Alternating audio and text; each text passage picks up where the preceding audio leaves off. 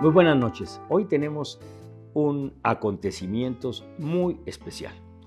Hemos invitado a quien hace tiempo, a su vez, nos invitó a entrevistarnos. Él es Bernardo Barranco. Él es doctor en Sociología de las Religiones. Yo lo conocí precisamente estudiando eso en Francia, en la Escuela de Altos Estudios en Ciencias Sociales. Es, creo que, el mejor sociólogo de la religión que hay en este país. Tiene un programa en Canal 11 con mucho seguimiento que se llama Sacro y Profano. Seguramente ustedes lo han visto. Y es un gran analista del acontecer, no solamente religioso, sino político de este país. Él trabaja en diversos medios, en La Jornada, en Proceso, en Canal 11, en Milenio. Realmente es toda una autoridad en esta materia y ha accedido de muy buena voluntad estar con nosotros el doctor Bernardo Barranco. Con ustedes, Acontecimientos y Bernardo Barranco. Buenas noches, bienvenidas, bienvenidos a un programa más de Acontecimientos. Como les decía ahorita, tenemos un invitado de lujo. Él es un excelente analista, yo creo que es la persona más autorizada en sociología de las religiones en México. Quien no ha visto su programa Sacro y Profano, y es Bernardo Barranco, como le decíamos ahorita. Buenas noches, Bernardo. ¿Qué tal, Víctor? Buenas noches. Un placer estar en tu espacio. Gracias. Oye, pues precisamente te estamos invitando porque mucha gente acá de Chihuahua te sigue y la semana pasada tú hiciste, creo que fue la semana pasada, un análisis importante sobre la rebelión del Frena, ¿sí? Pero antes de esto yo quisiera que nos pusieras en contexto. Hay varios análisis, yo los he visto en varios medios periodísticos y académicos, sobre el ascenso de la extrema derecha religiosa en el mundo. Y ponen como el ejemplo más claro a Bolsonaro, que es el más evidente para nosotros, pero seguramente hay otros. ¿Qué nos puedes decir esto del ascenso de la derecha religiosa en el mundo?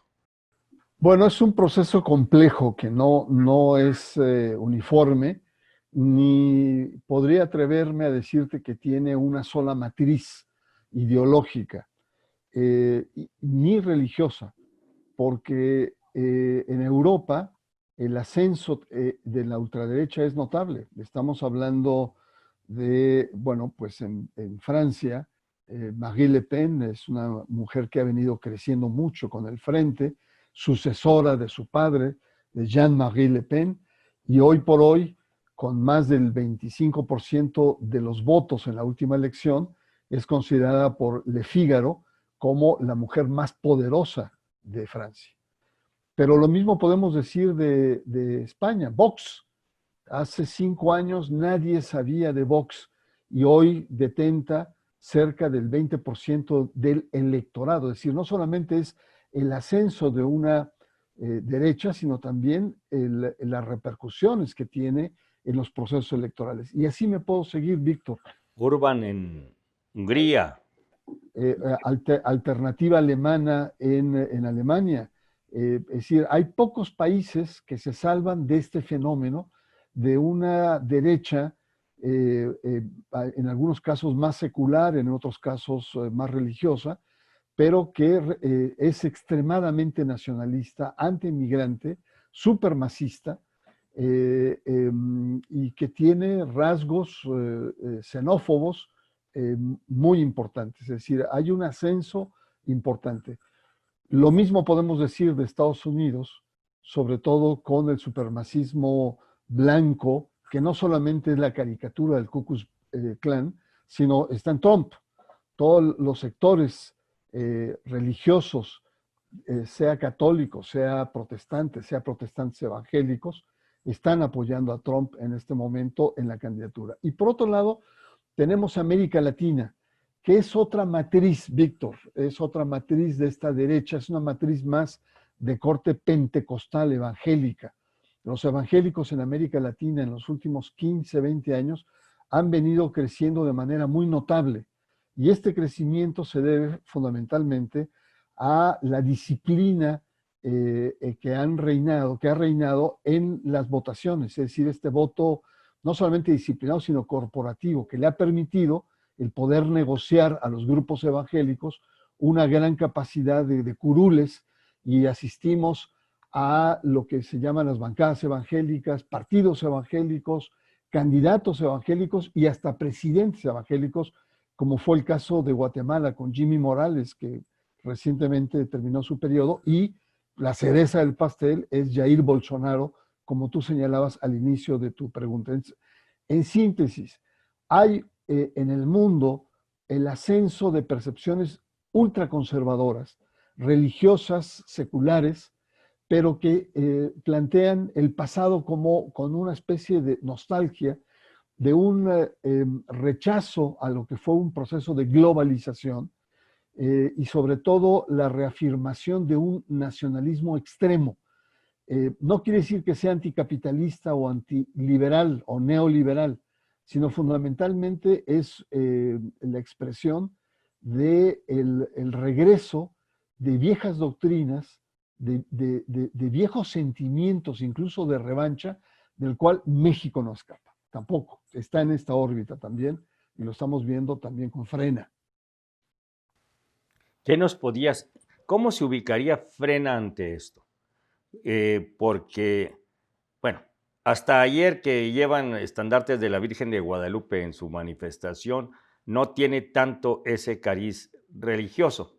Y por otro lado, lo que creo que puede ser diferente es que un partido que viene de los evangélicos, como fue el PES del 18, apoya a López Obrador. Sí, está un poco entreverado, pero déjame decirte que Frena es un grupo de ultraderecha con un fuerte componente religioso, y que es un híbrido de una derecha empresarial. Gilberto Lozano expresa esta tesitura. Gilberto Lozano viene del mundo de las empresas, fundamentalmente como un alto ejecutivo de FEMSA, es decir, Oxxo, Coca-Cola, etcétera, y que expresa el malestar de grandes sectores del empresariado que se han radicalizado frente a la cuarta transformación. Y se han radicalizado porque los negocios ya no son como antes, tienen que pagar impuestos, sus privilegios se ven amenazados, hay toda una serie de subversión de símbolos con los cuales se sienten muy inquietos estos sectores empresariales que se han ido radicalizando. Y tienes por otro lado una ultraderecha católica que viene o tiene sus raíces en el movimiento cristero del siglo pasado, de los años 20, y que ha evolucionado y que en los años 50, 60 lanza el famoso estribillo de cristianismo sí, comunismo no, y que a muchos de nosotros jóvenes o niños que éramos en aquel entonces por los años 60, veíamos con cierta preocupación el ascenso de grupos como Yunque, como el Guía, como muchos de estos movimientos, Muro. el Muro, que han sido pues, movimientos muy llamativos y que han evolucionado, y que hoy podemos ver, sobre todo a raíz de los sexenios de Fox y de Calderón, que tienen un lenguaje ya moderno, lenguaje de derechos humanos, de Naciones Unidas, están en grupos como Provida, están en grupos como Profamilia, DIAC, en decenas de ONGs, con recursos económicos, vínculos internacionales. Es decir, la derecha se ha modernizado, no es una derecha cavernaria como la teníamos concebida, es una derecha católica mucho más. Ahora, en Frena han estado desde el principio. Cuando empezaron las marchas en San Luis Potosí, se cantaba el himno guadalupano. Cuando entran al Zócalo, van con estandartes de la Virgen de Guadalupe y hacen rosarios provocativos, rezan rosarios provocativos en el hemiciclo a Juárez. Imagínate nada más cuando fue el primer Sí. plantón en la Avenida Juárez, precisamente. Y todos los días no solamente tienen rosarios, sino tienen misas en el plantón del Zócalo. Es decir, pues sí, si tú ves que tiene pico, que hace como pato y que camina como pato, es un pato. Entonces, por eso te digo que esta derecha es un híbrido entre la radicalización del sector empresarial y el componente de un sector amplio de clase media que se siente agraviado por la forma de gobernar y las acciones y decisiones que ha tomado Andrés Manuel López Obrador, y un sector revanchista del catolicismo que ha reciclado el concepto del anticomunismo que marca mucho, porque el argumento de fondo, o lo que busca Frena, es tumbar a López Obrador, es decir, que decline de aquí al último día de noviembre o el 1 de diciembre, que dimita, porque es una amenaza, es la expresión de un comunismo bolivariano, ¿no? Así lo llaman, ¿verdad? Sí.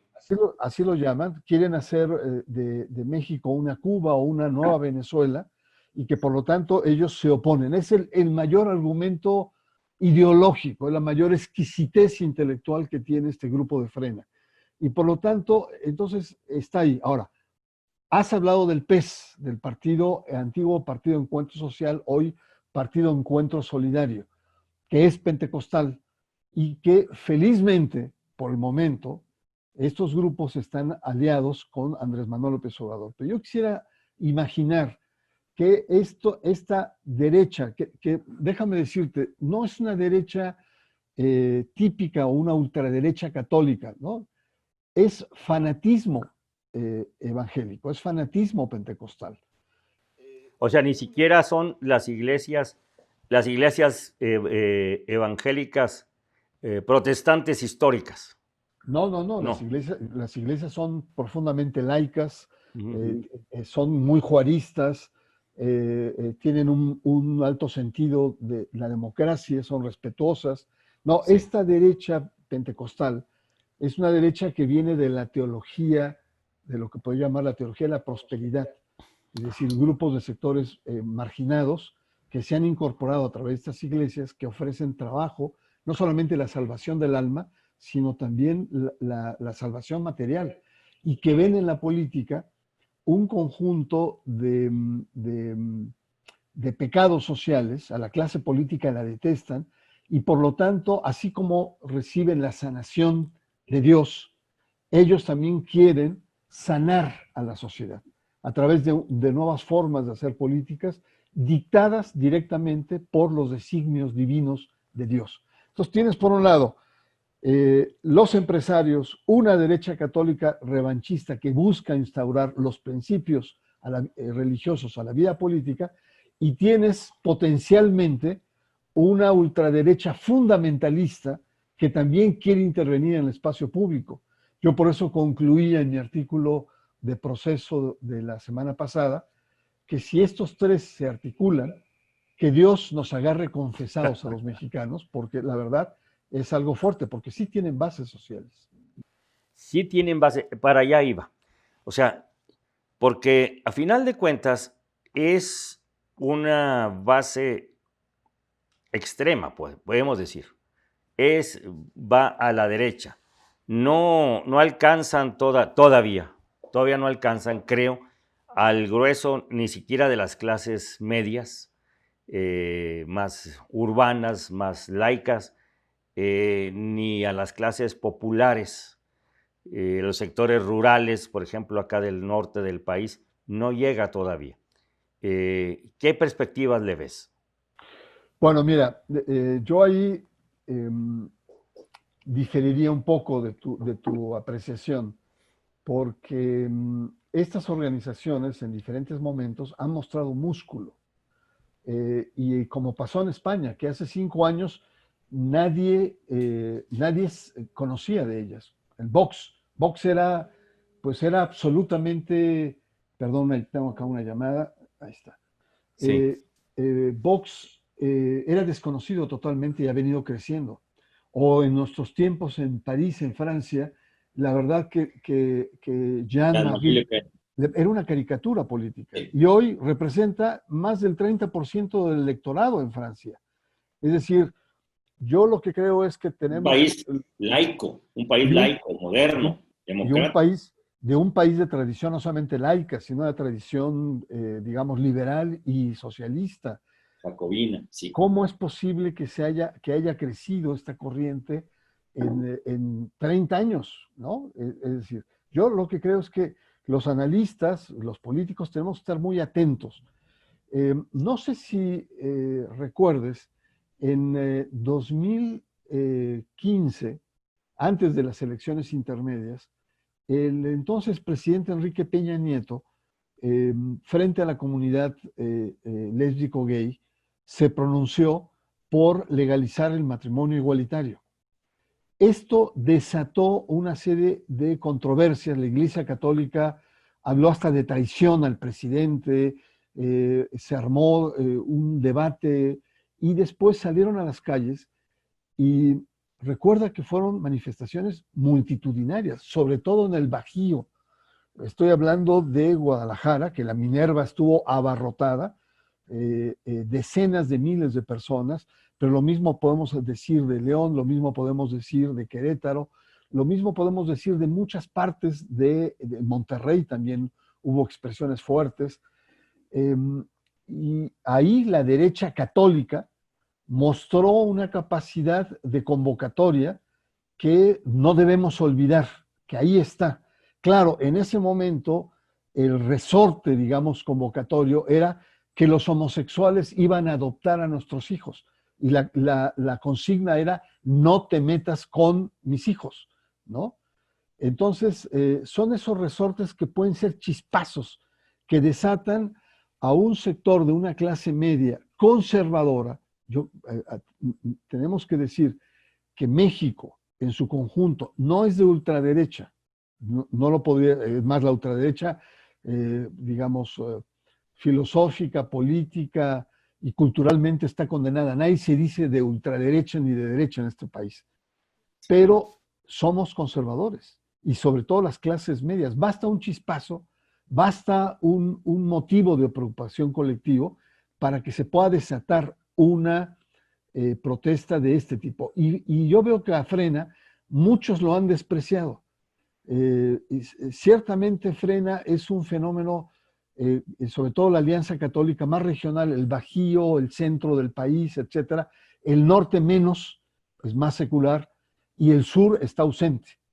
Pero el centro del país es también una zona muy importante, es neurálgica en la vida del país, en donde ahí se anidan más estos sentimientos de la ultraderecha. O sea, yo sé que están en el norte y que tal, pero como dirían los clásicos, también les puede alcanzar, ¿eh? Sí, y es esto me viene a la memoria. Nadie creía que un radical, un tanto ignorante como Bolsonaro llegara y llegó. Nadie creía que un hombre que se va siempre de la lengua como Trump llegara y llegó. Y va a dar la batalla en la reelección, ¿sí? Entonces, se están dando estos fenómenos, a la mejor o a la peor. Nadie da 3 cacahuates por Gilberto Lozano y puede estar contendiendo. ¿A qué se debe? ¿Tú crees que realmente detrás de esto haya, como le llaman en un artículo de Le Monde Diplomatique, se esté constituyendo una internacional reaccionaria? Bueno, los indicadores nos están mostrando eso, como te señalaba al principio, ¿no? Una Europa donde la ultraderecha nacionalista, racista, antimigrante, xenófoba ha crecido de manera importante y tiene una presencia electoral que indiscutiblemente va a incidir en la composición de los diferentes parlamentos y por lo tanto en políticas públicas. Es un hecho, no es algo que estemos temiendo. En América Latina, si tú ves el avance de esta derecha pentecostal, la vemos en Centroamérica, que además en América Latina está muy vinculada a la crisis del catolicismo. Es decir, mientras el catolicismo está decayendo de manera notable, hay el ascenso de estos nuevos movimientos evangélicos. Te puedo decir, en Brasil, la caída del catolicismo, que era exactamente igual a México en los años 70, estamos hablando de que en ese momento, permíteme un segundito que aquí me están llamando, en los años 60, el 90% eran católicos en Brasil, igual en Chile, igual en Argentina, igual en Colombia, etcétera, en México. Y hoy en Brasil estamos hablando de que el catolicismo tiene un menos de 60%. En Chile ha caído al 50%. Centroamérica, el catolicismo o los católicos en aquella región están sucumbiendo y están en menos del 50%. Y hay un crecimiento en el conjunto del continente de los movimientos no protestantes históricos, como las iglesias bautistas, presbiterianos, luteranos, no. Estamos hablando de movimientos evangélicos pentecostales, nuevos, surgidos prácticamente en el siglo XX. Y estos movimientos están creciendo, tienen una presencia del 25% en América Latina. Entonces está muy relacionado este ascenso de esta derecha pentecostal evangélica con el decline de un catolicismo que está muy marcado. Y entonces sí, tenemos estos fenómenos preocupantes. ¿Por qué son preocupantes? Porque es una derecha que tiene un voto disciplinado, ¿no? Es decir, como en los buenos tiempos de la CTM o de la... ¿no? Todos votaban por activo. Y eso les da mucha fuerza, eso les da mucho poder. En México aún no se da este fenómeno, porque el PES votó por Andrés Manuel López Obrador, esto fue claro, pero no votó por el PES mismo, es decir, se bifurcó y el PES no alcanzó el registro y tuvo que volver a recomponerse y va a cambiar de estrategia para poder mantener su registro. Pero ahí está latente ahí este grupo y sí tiene sus bases, sobre todo a nivel popular. O sea, tan importante es, para que no lo desdeñemos, que fue prácticamente el único partido nuevo que logró el registro. Sí, y además con mucha contradicción. El INE entró en una seria contradicción ahí. Y te voy a decir por qué. Días antes, el INE había aceptado la queja del PAN por una serie de spots del presidente López Obrador en donde hablaba del Papa, diciendo precisamente la ultraderecha me dice que yo estoy llevando al comunismo, ¿no? Cuando esto es falso y el mismo Papa lo que plantea es los pobres, que hoy al que se dice que es comunista es porque está con los pobres. Entonces, téngala, ¿no? Así le dijo, respondió, y ese spot fue bajado porque violaba los principios de la laicidad del Estado mexicano. Cuando se da el debate del PES, hay una doble perspectiva de los consejeros en el INE. Una de ellas está encabezada por Córdoba y por Ciro Murayama, que dicen, oigan, hubo 15 ministros de culto en las asambleas y por lo tanto entonces esto viola el principio de la laicidad. Es decir, no solamente separación iglesia-estado, es la separación de la política y de la religión. Y entonces la presencia de estos ministros de culto nos inducen, nos indican que hay un fuerte componente religioso.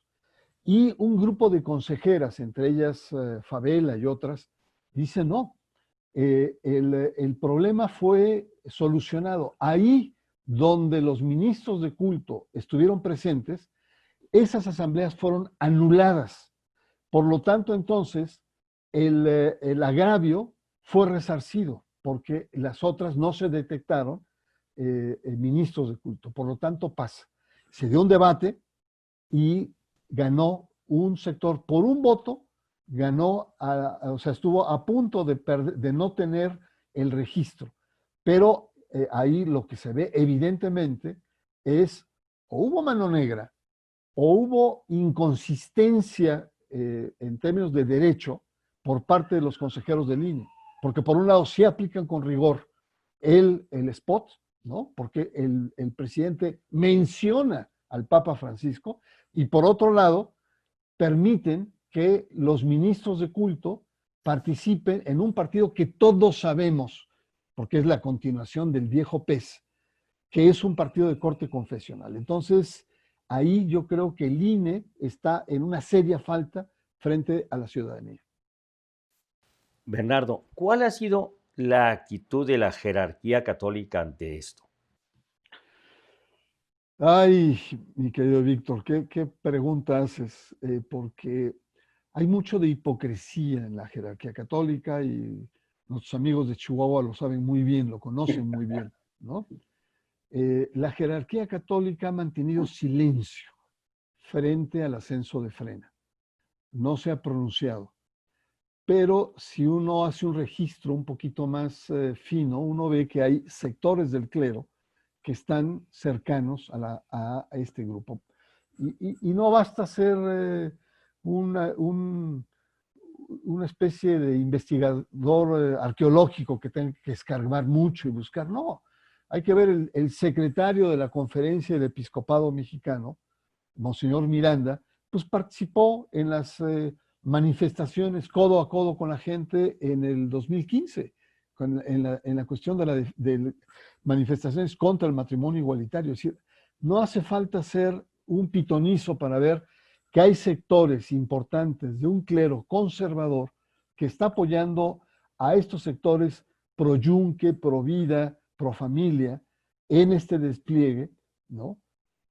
Pero que mantienen un bajo perfil. Por eso hablo de hipocresía, porque ni siquiera tiene el talante, ¿no? O la fuerza de decir, estoy con esta posición, tenemos esta postura anti López Obrador.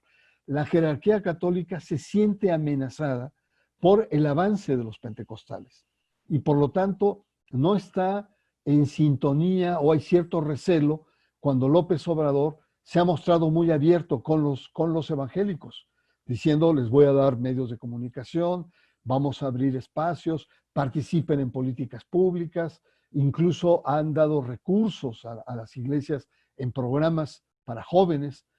La iglesia se siente muy incómoda porque había sido hasta ahora privilegiada por el Estado, ¿no? En esta relación, digamos, ambigua, subterránea e inconstitucional, ¿no? Donde la iglesia tenía una serie de prebendas, de privilegios, y que ahora con la cuarta transformación, Andrés Manuel López Obrador lo que ha atendido es, primero, una mayor apertura y mayor transparencia. Yo no estoy de acuerdo que apoye a las iglesias evangélicas como a la católica, pero esto ha provocado mucho malestar en la jerarquía católica. Bernardo, ¿qué miedos? Porque indudablemente la expansión de esta derecha, ya sea en su vertiente religiosa o no religiosa, esta extrema derecha, está vinculada a los miedos de las personas y de las comunidades. ¿Qué miedos detectas tú? Sí, yo creo que están capitalizando un rechazo de un sector de la población que no está de acuerdo con la cuarta transformación, no está de acuerdo con Andrés Manuel López Obrador, por las razones que sea, por el embate que ha recibido en los medios de comunicación, por los errores que ha cometido, por los excesos verbales que ha tenido el propio presidente de la República. Hay diferentes factores, pero es un hecho que hay sectores, sobre todo de clases medias, que está incómoda y está a veces o en ocasiones muy radical frente a la figura de Andrés Manuel López Obrador.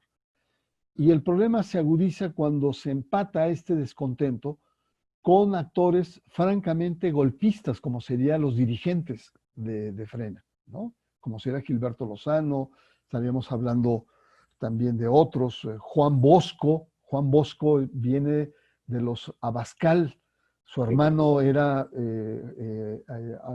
Abascal Carranza, el secretario de Gobernación y secretario del Trabajo en la época de Fox.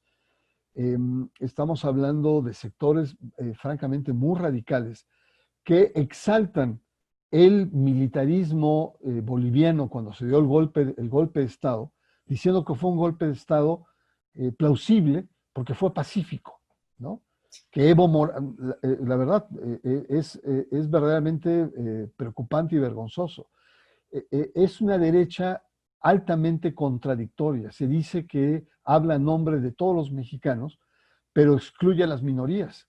A los movimientos de mujeres, Lozano les llama que es peor que una pandemia, que la pandemia del coronavirus. Incluso, déjame decirte, ha acusado a Tatiana Cloutier y la ha calificado de pendeja, así lo ha dicho, o de soviética a Sheinbaum, que es la jefa de gobierno en la Ciudad de México. Es decir, tiene actitudes machistas. Dice que tenemos infiltrada la Guardia Nacional con venezolanos y cubanos, y los médicos cubanos hay que sacarlos. México debe sacar toda la injerencia extranjera. Y Gilberto Lozano ha firmado varias cartas a Donald Trump pidiendo un cambio de actitud hacia el gobierno de López Obrador. Entonces, también propicia, es decir, son esas contradicciones, igual contra los homosexuales. A Alejandro Solalinde lo catalogó de payaso, de pelón y de mayate. Imagínate nada más el nivel de lenguaje tan bajo que utiliza, un tipo patético, iracundo.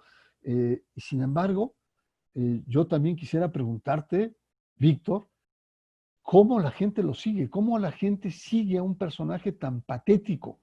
¿No? Y ahora que me dices de Trump o me dices de Bolsonaro, o somos estúpidos los mexicanos, ¿no? Y podemos irnos con este tipo de personajes, ¿no? Que son radicales y que expresan esos sentimientos, digamos, de rechazo y de odio que tenemos en el corazón, o verdaderamente somos unos tontos de cómo podemos seguir a este tipo de linaje con el nivel tan bajo que tienen para expresarse en términos de la política. Yo pienso que es una pregunta muy importante y que nos debemos hacer nosotros. Yo pienso que cómo evitar el crecimiento de la extrema derecha en cualquiera de sus vertientes, pues no es denostándola, ¿m? A lo mejor sí exhibiendo sus contradicciones y sus relaciones peligrosas, pero viendo qué es lo que les da base social. ¿Por qué tienen base social? Tú decías, a lo mejor ver los errores que se han cometido, esos excesos verbales, a lo mejor ir viendo eso para que cada vez tenga menos base social objetiva. Siempre van a buscar pretextos, es cierto, ¿m? Y van a tratar de alimentar los miedos, ¿m?